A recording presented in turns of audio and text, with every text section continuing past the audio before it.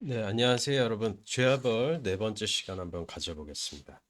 조금 가독성을 위해서요, 라스콜리니코프가 겪고 있는 그런 내면의 고통과 이런 지점에 좀 포커스를 더 맞추기 위해서 제가 조연들의 이야기는 조금 제가 생략을 하고 이렇게 생략을 하면서 요약을 해서 말씀드릴게요. 일단은 3부입니다. 3부고요. 285쪽에 라스콜리니코프의 어머니와 두냐 여동생이 방문을 하게 됩니다. 두냐는 사실은 루진이라고 하는 굉장히 찌질한 사람과 약혼을 하려고 하고 있죠. 왜냐면은 오빠도 경제적으로 힘들고 이제 늙은 어머니도 이렇게 또 봉양을 해야 되고 하니까. 근데 이제 루진이 굉장히 야비한 사람이란 말이에요. 그 돈을 아끼기 위해서 그 마차 싹도 아끼기 위해서 자기의 아내가 될 여자나 자기의 장모가 될 여자 그 장모한테 그 마차 삭도 아끼려고 하는 태도를 보이죠. 그래서 어디까지는 걸어가라 뭐 이런 아주 무례한 요구를 하게 되고 라스콜리니코프는 그걸 알고 있죠. 그리고 루진이 라스콜리니코프의 콧대를 좀 꺾기 위해서 방문하는데 콧대가 꺾일 라스콜리니코프가 아니죠. 그렇게 이제 범죄를 저질렀음에도 불구하고 어떻게 보면은 그 날카로운 마음으로 이 루진을 내쫓죠. 그리고 사실은 두니아가 굉장히 아름다워요. 아름답기 때문에 이제 이 3부의 마지막에 스피드리 가엘로프라고 하는 어떻게 보면 이 소설에서 가장 무서운 존재라고 볼 수 있는 그런 인물이 또 등장을 하고 또 라주미인 라스콜린코프의 굉장히 그 마음씨 좋은 친구죠. 이 친구도 사실은 두니아를 보고 반합니다. 그러니까 스피드리 가엘로프도 반해있고 자기 아내를 죽이면서까지 아, 두니아에게 반해 있고 또 결혼을 생각을 하고 있고 또 라주미인도 반 그리고 또 루진 인놈도 사실은 굉장히 찌질한 인간인데 또 반해 있고 그러니까 두니아가 굉장히 미인이라는 얘기. 그래서 이제 엄마 라스콜리니코프의 엄마와 어머니와 여동생인 두니아가 굉장히 오빠의 상태를 보고 굉장히 걱정을 하고 있다. 근데 이제 라스콜린코프는 차마 말하지는 못하죠. 그리고 이제 이 어머니가 굉장히 그 어떻게 보면은 그 혼자서 이 두 남매를 키웠는데 이 남매가 굉장히 아름다운 한 쌍으로 이렇게 묘사가 되거든요. 라스콜리니코프도 굉장히 미남이라고 이제 묘사가 됐잖아요. 그래서 어떻게 보면 이 어머니의 삶의 중추였는데 이제 후반부로 갈수록 라스콜리니코프가 살인자라는 것이 드러나게 되고 이제 어머니가 정신이 온건치 못하게 되시죠. 그래서 이제 비극적으로 병에 걸리셔서 이제 라스콜리니코프의 어머니는 사망하는 걸로 이제 이렇게 처리가 됩니다.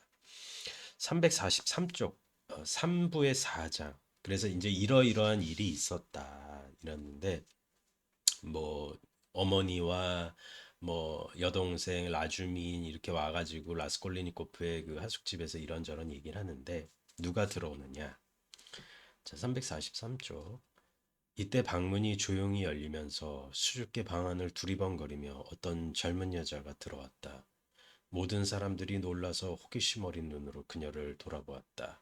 라스콜리니코프는 그녀를 첫눈에 알아보지 못했다. 그녀는 소피아 세면노브나 마르멜라도브나, 그러니까 소냐였다.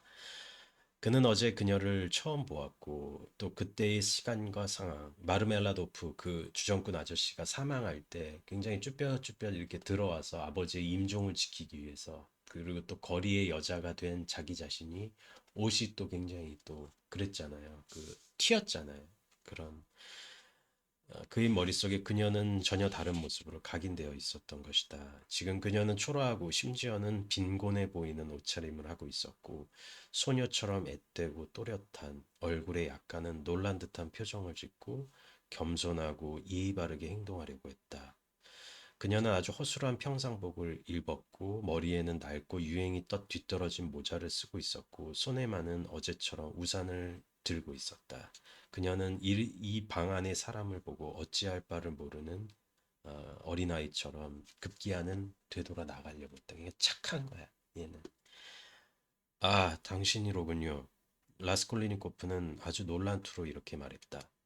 그는 곧 어머니와 누이 동생이 루진의 편지를 통해 딱지가 붙은 직업을 가진 아가씨에 대해서 이미 모든 것을 알고 있다는 사실이 생각났다. 그러니까 루진 이놈이 얼마나 찌질한 새끼냐면은, 새끼라는 표현을 써서 죄송한데, 라스콜리니코프가 라스콜리니코프 뒤에서 다 조사를 한 거예요. 그러니까 루진 이놈이 당신 아들이 지금 저런 매춘부랑 어울린다. 전후 사정도 안 알아보고 그렇게 해서 어머니와 듀냐에게 그런 편지를 보낸 거예요.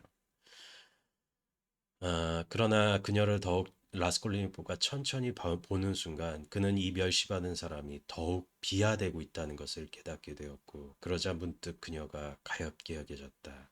그녀가 두려워서 도망칠 듯한 몸짓을 했을 때는 무언가 그의 가슴 속에서 꿈틀하는 듯한 느낌이 들었다. 그러니까 여기서부터 뭐가 시작이 되냐면은 제가 처음에도 말씀드렸지만 이 죄와벌에는 영적인 인물이 세 명이 등장을 해요. 일단 라스콜리니코프 굉장히 영적인 사람이에요. 이 사람도 본인이 자각을 못할 뿐이에요. 그리고 소니아 그리고 스피드리가일로프예요. 이 셋이 가장 영적인 파워가 세요. 마치 스티븐 킹의 소설이나 스탠리 키브릭의 샤이닝처럼 샤이닝에서 뭔가 영적인 파워가 있는 사람들은 대화나 이런 것을 통하지 않고도 뭔가가 통하잖아요. 그러니까 이 셋은 그러니까 도스토옙스키가 그렇게 묘사하지는 않는데 뭐가 있냐면은 지금 라스콜리니코프 같은 즉 강철의 이성으로 중무장을 하려는 사람의 마음에 그 어떤 누구도 틈을 이 사람 마음에는 불러일으킬 수가 없어.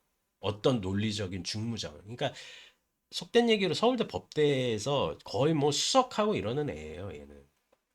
그러니까 최고 명문대 이런 데에서 아주 수석을 하는 애야. 돈만 없어.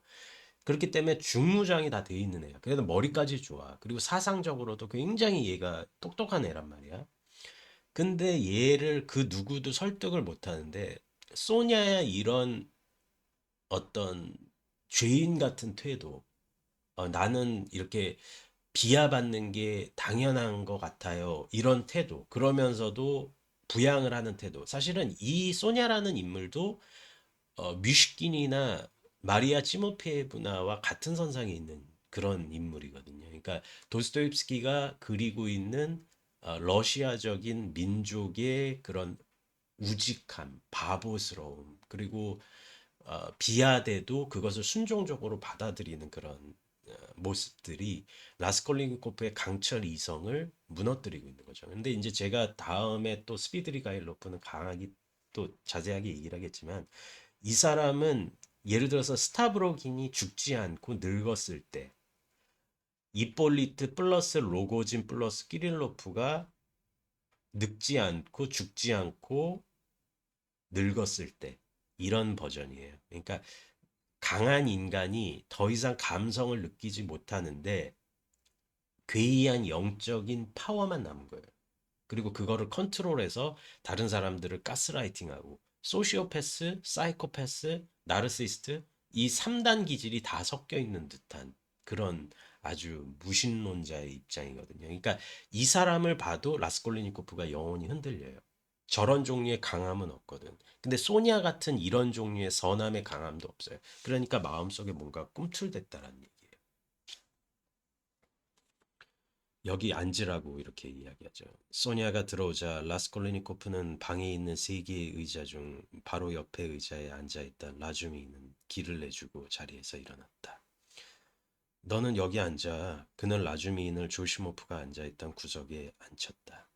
소니아는 두려움 때문에 몸을 떨다시피 했고 수줍은 표정으로 두 여자를 바라보았다. 어떻게 자기가 감히 그들과 함께 나란히 앉아 있을 수 있는지 어리둥절한 표정이었다. 저는 잠깐 들른 것뿐이에요. 용서하세요. 여러분께 불편을 끼쳐드린 것 같아요. 양어머니인 까칠이나 이바노브나가 보내서 왔어요. 아무도 보낼 사람이 없어서 까칠이나 이바노브나가 내일 장례식에 아침에 미트로판 성당에 있을 미사에 꼭 참석해 주시고 또 그 다음에 간단하게 저희 집에서 어머니 집에서 식사를 꼭 해달라고 부탁하셔서요. 소냐가 더듬더듬 말을 마치고 입을 다물었다. 반드시 가도록 하지요. 반드시요. 제발 부탁이니 앉으세요. 당신과 할 말이 있습니다. 제발 바쁘시더라도 여기 2분만 앉으세요. 어머니, 그는 단호하고 고집스럽게 말했다. 이분은 소피아 세메노브나 마르벨라도브라고 제가 이미 말씀드린 대로 어제 제 눈앞에서 말발굽에 깔린 그 불행한 마르벨라도프 씨의 따님입니다. 라스콜리니코프의 어머니는 소냐를 쳐다보고 눈살을 약간은 찌푸렸다. 로자의 고집스럽고 도전적인 시선 때문에 당황은 했지만, 그러니까 로자는 라스콜리니코프예요. 그래도 그녀는 자신의 그런 태도에서 오는 만족감을 도저히 거부할 수가 없었다. 두냐는 심각한 표정으로 가련한 아가씨 얼굴을 뚫어지게 쳐다보며 의욕에 찬 눈초리로 그녀를 살폈다. 제가 여쭤보고 싶었던 것은 오늘 댁에서 일이 잘 되었냐는 겁니다. 누구든 성가시게 하는 사람이 없었나요? 아니에요. 모든 게 잘 됐어요. 다만 이웃 사람이 화를 내고 있어요. 왜요? 시신이 오랫동안 집안에 있어서 지금은 더울 때라서. 그러니까 이러이러한 이야기를 하게 되죠. 그리고 이야기를 나누는 순간 동안 라스콜리니코프는 그녀를 찬찬히 뜯어봅니다. 무척 마르고 창백한 그녀의 얼굴은 썩 균형 잡혔다고 볼 수는 없었는데 특히 작고 뾰족한 턱이 왠지 날카로운 인상을 주었다. 미인이라고는 도저히 부를 수는 없었지만 그녀의 눈동자는 대단히 맑아서 생기가 돌 때면 얼굴에 아주 순박하고 선한 인상을 만들었다. 이것이 어쩔 수 없이 사람들의 눈길을 뜨는 것이었다. 그녀의 얼굴과 전체 모습에는 그 외에도 특별한 점이 있었다. 그녀는 18살이라는 나이에도 불구하고 아직 소녀라고 할 수 있을 정도로 한참 어려 보였다. 그리고 거의 어린아이와 같은 면이 때때로 그녀의 몸짓에서 우스꽝스럽게 드러날 때도 있었다. 까체리나 이바노브나는 그 적은 돈으로 장례뿐만 아니라 추모연까지 열 수 있나 보죠? 네, 그래서 이렇게 됐습니다. 그리고 이제 돈을 줬다라는 것에 대해서 라스콜리니코프 당신이 이런 데서 이렇게 힘들게 사는데 우리한테 돈을 다 줬다라는 것에 대해서 굉장히 어, 감사함을 표하고 있죠. 이 만남 자체가 상당히 좀 마음에 이렇게 와 가게 되는 것이죠. 그리고 또 중요한 인물이 등장하게 되는데 이제 본격적으로 라스콜리니코프를 압박하는 존재가 등장을 해요. 만약에 영적으로 라스콜리니코프에게 어, 영향을 주고 또 그런 인물이 소냐와 스피드리 가일로프라고 한다면은 이 포르피리라고 하는 예심 판사가 있어요. 그러니까 예심 판사인데 검사 같아요. 제가 봤을 때는 뭐 예심 판사라고도 읽고 제가 검사라고도 읽는데 준 검사 플러스 예심 판사 같은 존재예요. 그러니까 기소권과 구속 수사권이 있는 그런 존재 같거든요. 그리고 굉장히 똑똑한 이렇게 중년의 검사 같은데 이 사람이 라스콜리니코프의 논문을 읽어요. 그리고 그리고 굉장히 독특한 인물이라는 걸 판단해요. 그러니까 이 사람은 소니아나 스피드리가일로프처럼 어떤 입장에서 영적인 직관으로 라스콜리니코프를 판단하는 것이 아니라 이성적인 분석의 태도로 이 사람을 판단을 하고 그리고 이 사람이 예심 판사 겸 검사라는 걸 잊으면 안 돼요. 라스콜리니코프가 분명히 노파의 살인 사건에 노파와 그녀의 이복 여동생 두 명의 살인 사건에 분명히 어떤 필연적인 연관 관계가 있다라는 거는 간파를 하는데 거기에 대한 물증을 그 어떤 것도 발견하지 못해요. 왜냐면 라스콜리니코프도 보통 내기는 아니니까. 그래서 라주민이 이렇게 얘기해요. 자, 포르피리를 알게 되면 무척 좋아할 거야. 내가 여러 번 그 사람에 대해서 네 얘기를 했거든. 그러니까 라주민이 조금 얘기를 안 했어야 되는데 라주민은 악의가 없는 거지. 전혀 자기 친구가 살인범이라고 생각을 안 했고 사실은 포르피리도 뭐야 그 어떤 증거도 라스콜리니코프에게서 발견하지는 못해요. 그래서 한번 같이 찾아가 보자 이렇게 이야기를 하는 거고 그래서 이제 소냐도 조금 이제 인사를 하고 이렇게 되겠죠. 음, 이런 마음 상태였으니, 그러니까 소냐죠.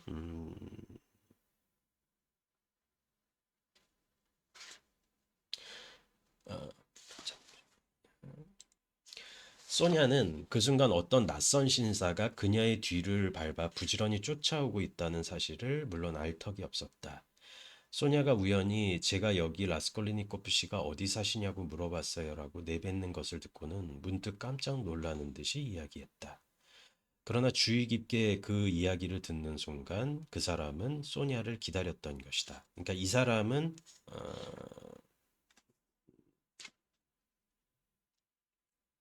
스피드리 가일로프 같네요. 그러니까 왜냐하면 두냐를 따라왔고 그리고 라스콜리니코프가 보통 매기가 아닌 것 같으니까. 근데 그는 보통 키보다 큰 50살 가량의 뚱뚱한 남자로 죄송해요. 이 사람 스피드리 가일로프가 아닌 것 같기도 한데 스피드리 가일로프는 상당히 미남으로 묘사가 되거든요. 죄송해요. 이 사람은 스피드리 가일로프가 아닌 것 같아요. 포르피리 같기도 한데 요건 한번 제가 한번 읽어볼게요. 그라고 얘기를 하니까. 그는 보통 키보다 큰 50살가량의 뚱뚱한 남자로 어깨가 굽어서 약간 새우등이었다.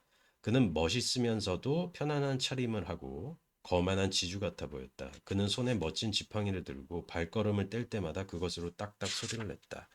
광대뼈가 튀어나온 것으로 보아 스피드리가일 높은가? 얼굴은 다분히 잘생긴 축에 들었고 스피드리가 아일 높은 같네요. 잘생긴 축에 들었고 혈색 또한 좋은 것으로 보아 빼째부르크 사람이 아닌 것 같은 것이 분명했다. 수치 많은 머리털은 흰머리가 약간 섞인 완전한 금발이었다. 그러니까 제가 정말 이거는 외모 그게 아니라 도스토옙스키는 강한 인간에 대해서 어떻게 묘사를 하냐면 이것도 도스토옙스키가 비판받아야 되는 지점이에요. 잘생겼다라는 거를 대단히 좀 강조해요. 그러니까 도스토옙스키가 약간 외모에 컴플렉스까지는 아닌데 그렇게 외모가 빼어난 편은 아니었어요. 그래서 사실 톨스토이 작품을 보면은 그냥 주인공들은 그냥 뭐 그럭저럭 생겼다. 뭐 그거나 막 미인이다. 뭐 막 그거 하다. 그런 그런 표현은 잘 안 쓰거든요. 근데 도스토옙스는 꼭 잘생겼다. 너무 예쁘다, 미인이다, 미남이다 이런 표현을 참 많이 써요. 그러니까 글쎄 뭐 왜 그런지 모르겠는데 하여튼 강한 인간에 대한 이건 스피드리 가일로프예요. 제가 보니까 폭넓게 내려온 수많은 그랜나롯은 머리 왜냐면 이걸 신비롭게 포장을 하는 거야. 머리색보다 훨씬 더 밝았다. 그의 푸른색 눈은 냉정하고 사력 있게 상대방을 꿰뚫어두는 듯이 쳐다보았고 입술은 붉었다. 전체적으로 봐서 그는 자신을 무척 잘 꾸미는 사람 같았다. 소냐가 운하로 갔을 때 보도에는 두 사람만이 남았다.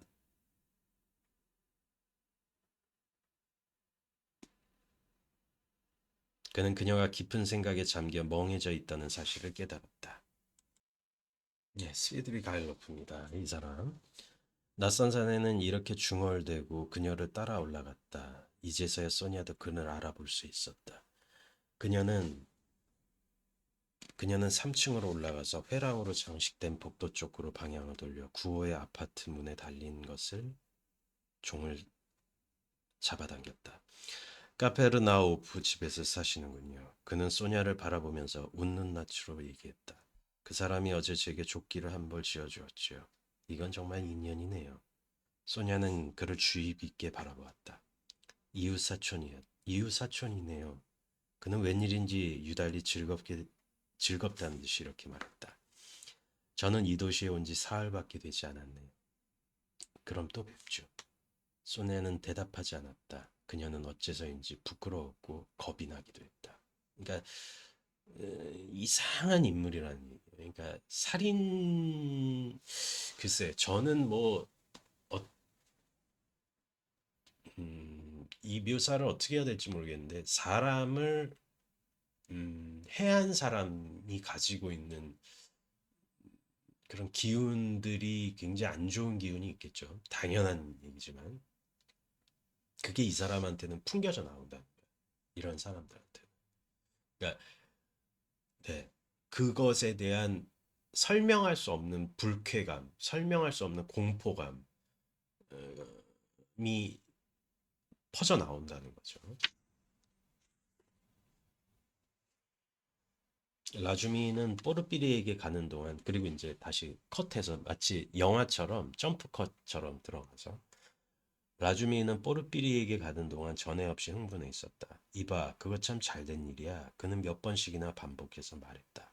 나는 기뻐. 기쁘다고. 왜 기쁘다는 거지? 라스콜리니코프는 생각한다. 나는 너도 그 노파에게 전당을 잡혔을 줄은 몰랐어. 그런데 오래전에 그랬던 거야? 그 노파에게 물건을 맡긴 지 오래됐니? 에휴, 이 고지식한 친구 같으니. 언제였더라? 아, 노파가 죽기 사흘 전이었던 것 같아. 지금 내게 은화 일루불밖에 없으니까. 어제 그 저주받은 열병 때문에. 라스콜리니코프는 특별히 힘을 주어 열병이란 단어를 발음했다. 그래, 그래, 맞아. 그래서 너는 그때 몹시 충격을 받은 거야. 뭐, 네가 반지하 줄에 대해서 계속 말했던 거 아니? 아, 이제 분명히 졌다. 이것 좀 봐라. 그러고 보니 그들에게 슬며시 그런 생각이 들었던 거라고. 반지에 대해서 헛소리를 했는지 밝혀지니까 아주 기쁜 모양이야. 모두 같은 생각이겠지. 뽀르삐리를 만날 수 있을까? 그는 큰 소리로 묻는다. 만날 수도 있고 아닐 수도 있고. 워낙에 잘 이렇게 하는 사람인데 냉소주의자고 너랑 무지하게 사귀고 싶어 해. 무슨 까닭으로 나랑 사귀고 싶어 하니? 특별한 이유가 있어서가 아니라 네가 법학부에 다니다가 형편상 그렇게 과정을 끝내지도 못했다라는 거를 알고 참 안 됐다라고 그러더라고. 뭐 들었던 거예요. 그리고 이제 의심을 했다라는 거지. 왜냐면 이제 촉이 있으니까. 361쪽. 라스콜리니코프는 이미 방 안에 들어서고 있었다. 그는 이제 뽀르피리가 있는 방 안으로 웃음을 참으려고 안간힘을 쓰는 듯한 표정으로 방 안에 들어왔다. 그의 뒤를 따라 완전히 기가 죽어 작약처럼 얼굴이 벌게진 사나운 표정의 라주미인이 부끄러운 듯 셀쭉하고 어색한 동작으로 들어왔다. 정말 그 얼굴 표정과 모습이 얼마나 우스꽝스럽던지 라스콜리니코프가 웃는 것도 무리는 아닌 것 같았다. 그러는 와중에도 라스콜리니코프는 자기의 유쾌한 기분을 억제하면서 적어도 두세 마디라도 어떻게 보면은 표현하려고 하는 거예요. 그러니까 이게 뭐냐면은 연기를 하는 거예요. 라스콜리니코프. 마치 전당포 그 노파를 죽이러 갈 때 종을 치는 순간에 그리고 전당포 그 노파에게 이야기하는 순간에 이 사람이 연극을 하잖아요. 마치 자기 자신을 딱 배우처럼 생각을 하면서 이렇게 속이는 지점이 있잖아요. 그것처럼 포르피리한테도 아, 나는 너한테 이렇게 왔을 때 어, 아무렇지도 않아. 나는 살인자인데 살인을 했지만 그런 걸 했지만은 나는 뭐 아무렇지도 않아. 이런 듯이 의외로 쾌활한 척을 하면서 들어가는 거예요. 근데 포르피리는 이 후반부에서도 얘기를 하겠지만 이미 그것까지도 간파를 하고 있었어요.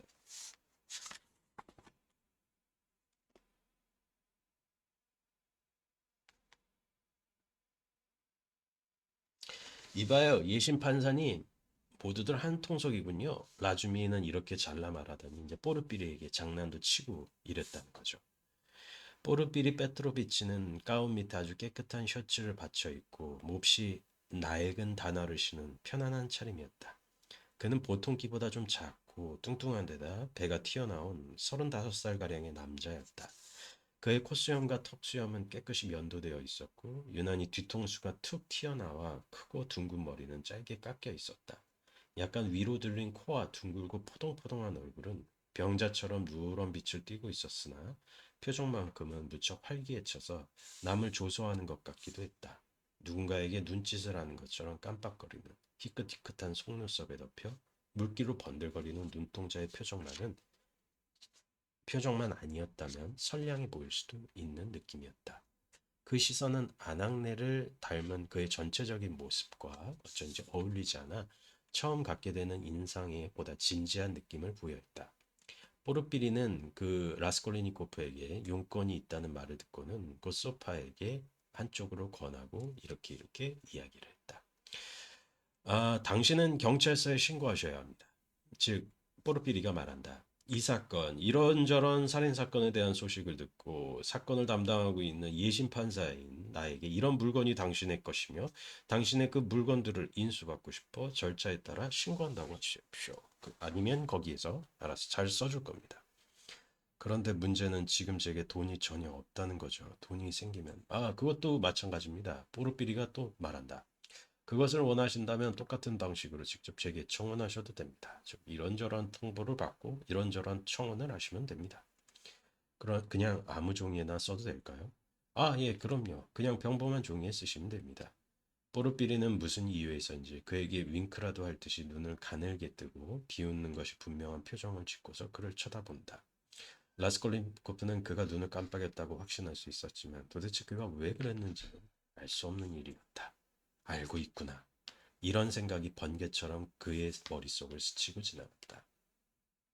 그러니까 캥기는 거지. 그리고 이렇게 싹싹 보는 그런 아주 머리가 좋고 명민한 그런 판사나 검사, 변호사들 이런 사람들은 어떤 사무적인 거를 빼놓고서라도 그걸 알잖아요. 자기의 그 뭐 의뢰인이 됐건 피고가 됐건 원고가 됐건 변호사, 검사, 판사 이런 사람들은 대충 알 것 같다라는 느낌이 있어요. 이제 뭐 제가 그쪽이 뭐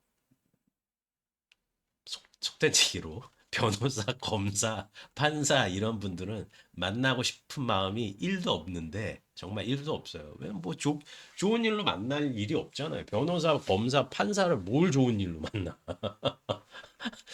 길 가다가 뭐 운전한 딱지 때도 뭐 그런데 뭘 좋다고 검사, 변호사, 판사를 뭐하러 만나? 그 안 만나는 게 좋죠. 근데 이제 그런 일을 종사하시는 분들이 힘들죠. 힘든데 이런 분들은 날카로울 것 같은 느낌은 있어요. 그 오래 경험이 축적이 되셨을수록 이게 누가 누구고 뭐가 뭔다라는 걸 아는데 본인이 알면 뭐해? 본인이 마음에서 그게 있으면 뭐해? 실증이 있어야 되는데, 그러니까 뽀르삐리는 아는 거야. 누가 범인이고 그러니까 누가 범인이다, 범인이 아니다가 아니라 누가 범죄라는 사태에 있어서 그것의 선을 넘을 만한 인물이 누군지는 아는 것 같은 거라고 저는 그렇게 생각해요. 이 뽀르삐리라는 인물은. 음, 당신의 물건은 어떠한 경우에도 없어지지 않을 겁니다. 그리고 뽀르비니는 이렇게 말했다. 저는 오래전부터 당신을 기다리고 있었죠. 당신의 물건 2개, 반지와 시계는 종이에 쌓여서 노파의 집에 있더군요. 종이에는 당신의 이름이 연필로 또렷하게 적혀 있었어요. 그 물건들을 당신에게 받았는지 그 날짜까지도요. 그러니까 제가 조금 이제 뭐 목소리를 뭐 이렇게 재미나게 하려고 이렇게 했는데 이 사람은 도스토옙스키가 이건 뭐 야산지 아닌지는 모르겠는데 그 오기스트 뒤페 에드거 앨런 포의 그 소설에 나오는 탐정 영향을 좀 받은 걸로 알고 있어요. 이 포르피리는. 그래서 굉장히 좀 탐정 같죠. 유쾌한데 날카롭고 그리고 좀 만만하게 보이는 외모인데 조금 뭔가 이게 함부로 할 수 없는 무서운 그런 칼날이 있는 뭐 그런 인물이 되겠죠. 그러니까 그거까지도 다 증거로서 그 작물을 다 체크를 해놓은 거야. 그러면 엄한 사람이 그러니까 이 뽀르피리의 사실은 접근이 굉장히 합리적인 게 뭐냐면은 노파를 엄한 사람이 죽였겠어요? 속된 얘기로 거기 전당포에 있는 그 장부에 적힌 사람을 한 명 한 명 다 체크를 했을 거잖아. 뽀르피리 입장에서는. 근데 이게 얘 봐라. 근데 얘 다 한 번씩은 소환을 했겠죠. 여기 물건이 있고 여기 저당 잡혔으니까 체크 좀 해봅시다. 근데 딱 봤는데 얘가 굉장히 독특한 거야. 어? 이렇게 빼째 부르고 최고 명문대학교 법학부에 다니고 돈이 없어서 못했는데 얘 봐라. 그럼 얘 흥미롭네. 이 뽀르피리의 그 접근 자체는 굉장히 합리적이고 굉장히 날카로운 거예요. 근데 사실은 이 과정 자체에서 그 어떤 것도 어떤 입장에서는 아, 찾지를 못한다. 자, 369쪽부터 370쪽까지 이 부분에서는 또 마치 무의식인의 그 독백 마냥 어떤 그 대단히 명문이 라스콜리니코프의 머릿속에서 휘몰아치는 거를 도스토옙스키가 그리고 있죠. 중요한 것은 숨기려 들지도 않는다는 점이다.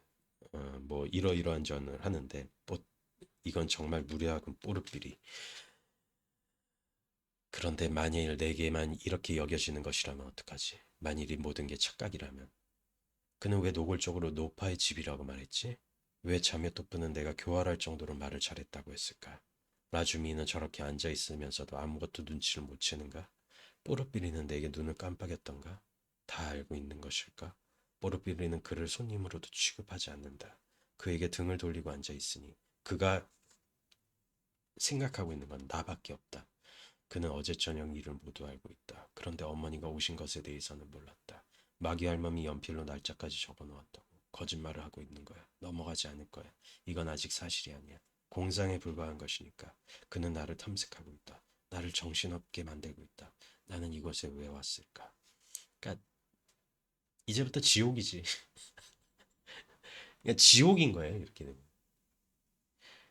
이 모든 생각이 번개처럼 그의 머릿속을 스친다. 뽀르삐리는 곧 돌아왔다. 이봐, 어제 자네 집에 갔다가 온 이후 그렇게 녹초가 된 것 같아. 뽀르삐리는 라주미인에게 이야기한다. 뭐 이런 잡담을 하고 있는데 자묘토프가 됐건 라주미 자묘토프는 조연 경찰 한 명 있어요. 라주미 됐건 그 경찰 조연인 자묘토프가 됐건 뽀르삐리의 온 신경은 라스콜리니코프한테만 가 있어요. 근데 이 사람도 보통 내긴 아니니까 티는 안 내는 거야. 근데 라스콜리니코프 또 보통 내기는 아니잖아. 그러니까 티는 안 내는 걸 알면서도 서로 이제 싹 그 뭐 진짜 무협지에서 칼잡이들이 싹 칼을 이렇게 들듯이 서슬시퍼런 칼들이 있는 거는 아는데 웃으면서 이렇게 술잔을 기울이는 거지.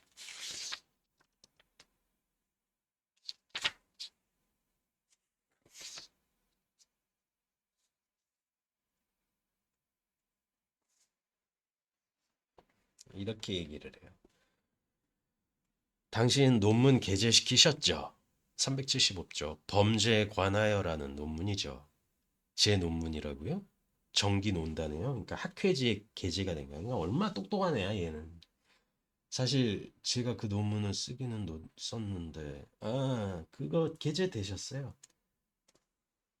야 몰랐는데 야 축하한다. 또 라주민이 또 이렇게 이야기를 하죠. 그런 다음에 이렇게 얘기를 합니다. 음 그러셨죠. 범죄는 항상 병을 수반한다는 주장을 하셨더군요. 아주 독창적인 주장이었습니다만 솔직히 말해서 제가 깊은 관심을 가지고 읽은 것은 그 부분이 아니었죠. 이거 뽀르삐리 대사예요. 논문의 말미에 약간 언급된 어떤 견해인데 섭섭하게 당신은 그 견해를 분명하게 제시하지 않고 단지 암시만 하셨더군요. 기억하시는지는 모르겠지만 그건 한마디로 말해서 이 세상에는 어떤 부류들이 있는데 그들은 온갖 종류의 폭력과 범죄를 저지를 수 있다기보다는 그런 짓을 행할 완전한 권리를 지니고 있고 또 그들에게는 어떤 법률도 적용되지 않는 것 같다는 그런 암시였죠. 뭐라고? 그게 뭔 논리야? 범죄에 대한 권리라고? 환경이 괴롭기 때문도 아니잖아. 그러니까 환경이 괴로워서 돈이 없어서 범죄를 저지른다는 것도 아니에요, 이거는. 라스콜리니코프가 본인의 존재론적인 정당성을 어디서 확보하려고 하는지가 지금 여기서 이제 명맥이 드러나는데 돈은 핑계야. 얘는 벌 수 있다니까. 근데 돈이 핑계가 아니라 내가 지금 나폴레옹처럼 비범한 인간으로서 존립하는 이유를 얘는 스스로 정당화시키고 증명하고 싶어요. 그게 얘의 범죄를 저지른 더 큰 목적이에요. 아니, 전혀 그런 게 아니지. 포르피리가 대답한다. 문제는 이분의 논문에서 모든 사람들이 평범한 사람과 비범한 사람으로 나뉘어져 있다는 같다는 거야. 평범한 사람들은 순종하며 살아야 하고 법률을 어길 권리를 지니고 있지 않아. 왜냐하면 그들은 평범한 사람들이니까. 비범한 사람들은 모든 종류의 범죄를 저지를 수 있는 권리와 법률을 위반할 수 있는 권리를 지니고 있는데 이는 그들이 비범하기 때문이라는 거야. 만일 잘못 이해한 것이 아니라면 당신의 논문은 그렇게 주장하고 있었던 것 같은데요. 아니, 어떻게 그럴 수가 있지? 그럴 리가 없어. 라주미는 의구심에 가득 찬 어조로 중얼거린다. 라스콜리니코프는 다시 한번 비웃었다. 그는 그의 의도가 그가 자신을 어떤 방향으로 몰아가고 있는지를 알아차린다. 제 논문이 그런 식으로 전개된 것은 아닙니다. 저는 다만 비범한 사람은 권리를 가지고 있다. 즉, 공식적인 권리가 아니라 스스로의 양심상 모든 장애를 제거할 수 있다는 권리를 가졌다고 말한 것 뿐입니다. 포르피리의 논리에서는 외재적인 입장에서 비범한 사람과 평범한 사람을 나눴다면은 라스콜리니코프는 주체의 내면으로 완전히 더 침잠에 들어가라는 얘기예요. 그러니까 인과적인 완결성으로서 당신은 아직도 인과적인 완결성으로 바라보고 있다. 그게 아니라 범죄를 저지를 수 있는 비범한 사람들은 예를 들어서는 그들의 양심을 통해서 증명이 되는 것이기 때문에 그들의 실천적 행위, 그들이 저지른 범죄의 결과로서 정당화가 된다는 얘기예요. 이 차이거든요. 그러니까 포르피리는 바깥에서 바라보는 거야. 오히려 신적인 입장에서. 제3자의 객관적인 입장에서. 근데 라스콜리니코프는 아니지. 그 사람의 정말 그 사람이 되어보자는 거예요. 그러니까 얘는 범죄를 저지를 수밖에 없지. 제 생각으로는 만일 케플러와 뉴턴의 발견이 그 발견을 방해할지도 모르고 혹은 그 발견의 길에 장애로 작용될 수 있는 몇몇의 체 혹은 수십 명, 수백 명의 사람들을 희생시키지 않고서는 도저히 사람들에게 알려질 수 없는 상황이라면 뉴턴은 자기 발견을 전 인류에게 알리기 위해서 그런 수십 명 혹은 수백 명의 사람들을 제거해야 할 권리가 있고 또 반드시 그렇게 하는 것이 의미 있는 행동인지 모른다는 겁니다. 그러나 이것이 곧 뉴턴이 아무나 닥치는 대로 사람들을 죽이거나 매일 시장에서 도둑질을 할 수 있는 권리를 지닌다는 것은 아니죠. 더 나아가 제가 기억하기로 저는 논문에서 이러이러한 인물들, 솔로몬, 마호메트, 나폴레옹 등으로 이어지는 인류의 입법자들과 이게 중요한 거예요. 자유의지를 가지고 스스로 법률을 제정할 수 있는 사람들, 그리고 새로운 법률을 제시하고 그로 인해 선조로부터 전해져 온 사회에서 성스러운 추앙을 받은 낡은 법률을 파괴한 그런 비범한 사람들을 이야기하는 것입니다. 그렇지 않고서는 그들이 기존에 있는 틀에서 벗어나기란 어려운 일이지요. 요 지점은 한번 꼭 읽어보시기를 바라고요.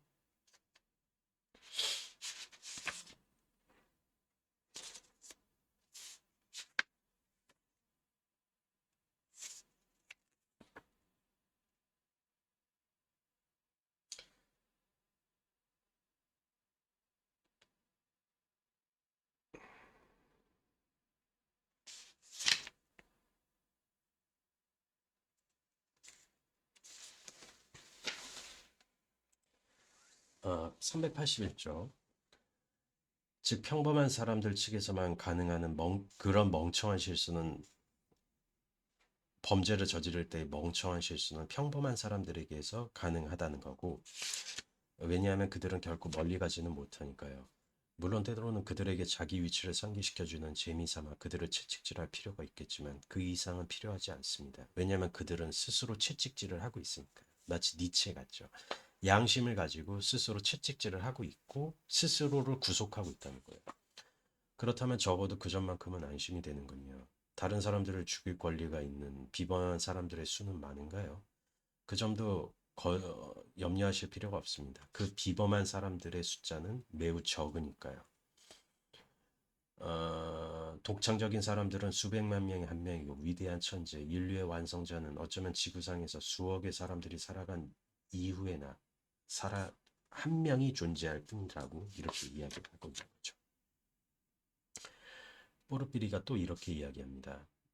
384쪽. 어떤 사람 혹은 청년이 자기를 마호메트라고 상상하고 그렇게 되기 위해 모든 장애를 제거하기 시작한다면 말하자면 가야 할 길도 멀고 그 미래를 향한 진군을 위해서는 지금도 필요하다고 해서 그 진군을 위해서 자금을 조달하기 시작한단 말입니다. 무슨 말인지 아시겠어요? 그러니까 범죄를 어떤 사람이 자기가 행하고 있는 그 위대한 일 때문에 뭐야 저지르는 그 행군을 시작했다면 지금 이 얘기를 하고 있는 거죠. 그러니까 라주민이 야야 이제 그만해라 그러는 게 무슨 소리냐 지금 이렇게 이야기를 하고 있는 거죠.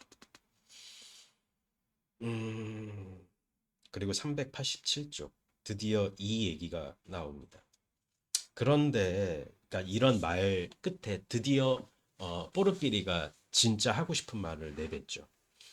그런데 지난주에 우리의 그 전당포 노파를 도끼로 살해한 자가 혹시 어떤 미래의 나폴레옹은 아닐까요? 이거는 자묘토프가 한 얘기네요. 그러니까 라스콜리는 침묵했고 죄송해요. 자묘토프가 한 얘기예요. 포르피리를 뚫어지게 쳐다보았다. 근데 사실은 포르피리가 하고 싶은 말을 자묘토프가 해준 거지. 나주미는 음울하게 했고 라스콜리니코프는 가려고 마음을 먹었죠. 음,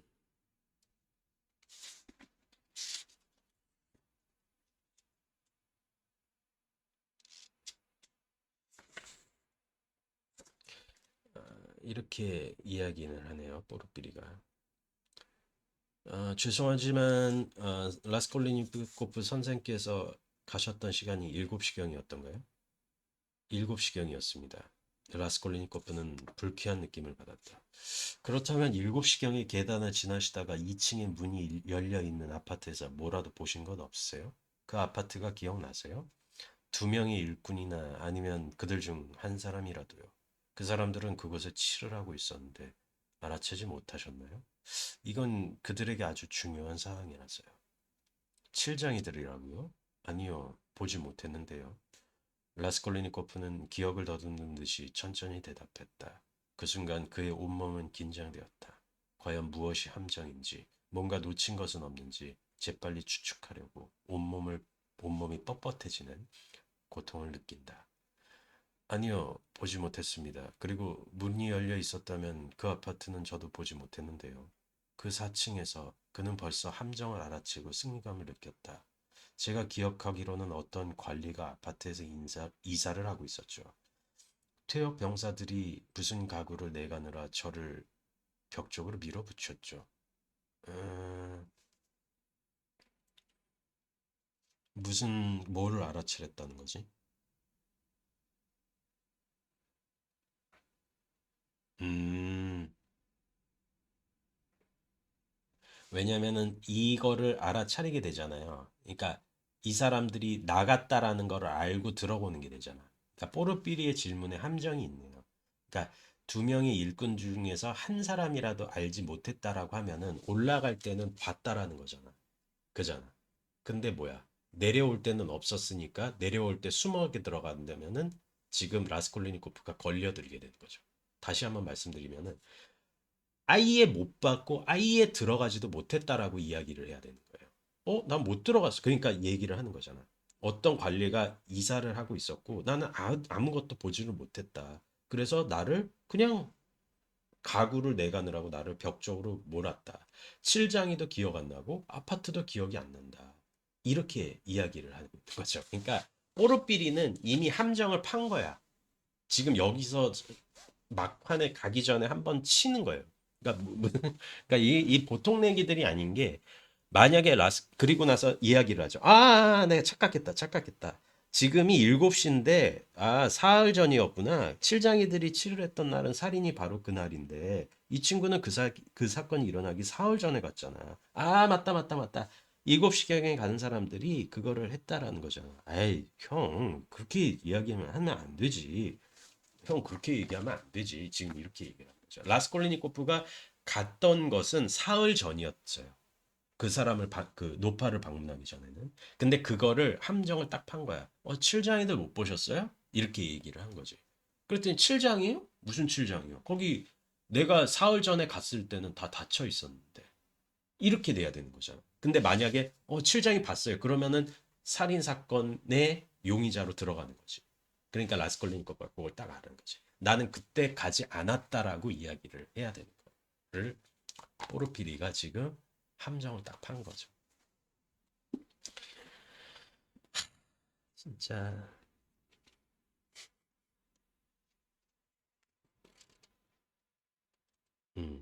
392쪽 똑같은 그런 이야기를 하고 있고요.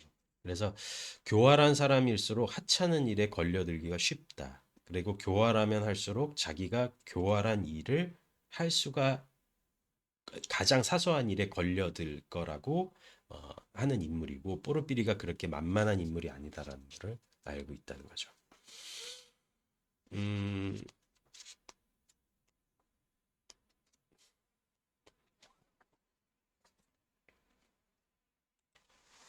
라스콜리니코프가 길을 걷고 있을 때 누군가가 말합니다. 살인자.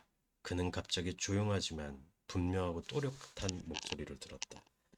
라스콜리니코프는 그를 보고 오싹해서 온몸에 힘이 빠져나가는 것을 느낀다. 상인은 그를 쳐다보지도 않았다. 그게 무슨 말씀이세요? 누가 살인자란 말이에요? 라스콜리니코프가 말한다. 네가 살인자야. 기진맥진해서 후들거리는 무릎으로 라스콜리니코프는 마치 온몸이 얼어붙은 사람처럼 자기 방으로 올라갔다. 그는 아무것도 생각하지 않았다. 일종의 생각들이나 생각의 파편들, 어떤 상념들은 있었지만 그것들은 어떠한 연결도 질서도 없이 스쳐 지나갔다. 가벼운 오한은 아직 사라지지 않았으나 유쾌한 감정은 아니었다. 그 사람은 누구일까? 땅속에서 솟아난 사람일까? 그 사람은 도대체 누구일까? 그는 어디에서 있었던 사람일까? 이런 생각들이 라스콜니코프를 괴롭히는 거예요. 그 노파 따위는 아무것도 아니다. 노파는 실수였다고 치자. 그러나 문제는 거기 있는 것이 아니다. 노파는 질병에 불과한 것이다. 나는 어서 뛰어넘고 싶었다. 나는 사람을 죽인 것이 아니라 원칙을 죽인 것이다. 그러니까 결과적으로 이것이 이성 철학이 가진 한계죠. 그리고 아까 얘기했던 살인자는 그냥 에피소드예요. 그냥 도스토옙스키식 깜짝 놀래치는 거예요. 아무것도 아니야, 그 사람. 그냥 지나가면 아무것도 아닌데 어떤 입장에서는 그 도스토옙스키가 한 번 이렇게 놀래킨 거야. 놀랬지? 놀랬지? 이런 식으로. 그러니까 원칙을 죽였다라는 거예요. 살아있는 사람을 죽인 것이 아니라 원칙을 죽였다. 결과적으로 이거는 칸트나 헤겔 철학이 가지고 있는 그 맹점, 도덕 철학의 맹점을 도스토옙스키가 완전히 후벼 판 것처럼 그렇게 느껴지기도 하죠. 음,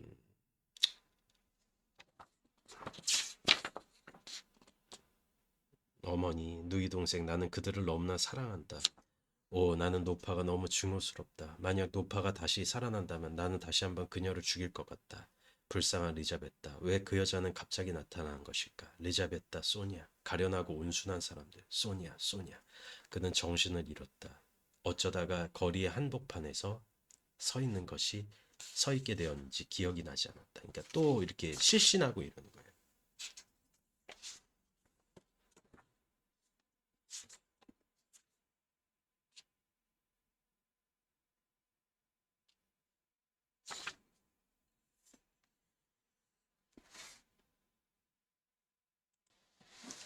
그리고 사실 이 작품에서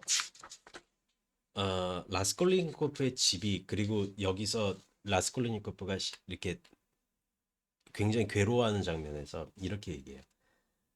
스피드리 가일로프가 이렇게 얘기하는데 제가 요걸 얘기하고 조금 이야기한 다음에 끝낼게요. 음, 나는 당신이 자지도 않으면서 자는 척하고 있다는 것을 알았죠. 낯선 사내는 조용히 웃으면서 야릇한 어조로 말했다.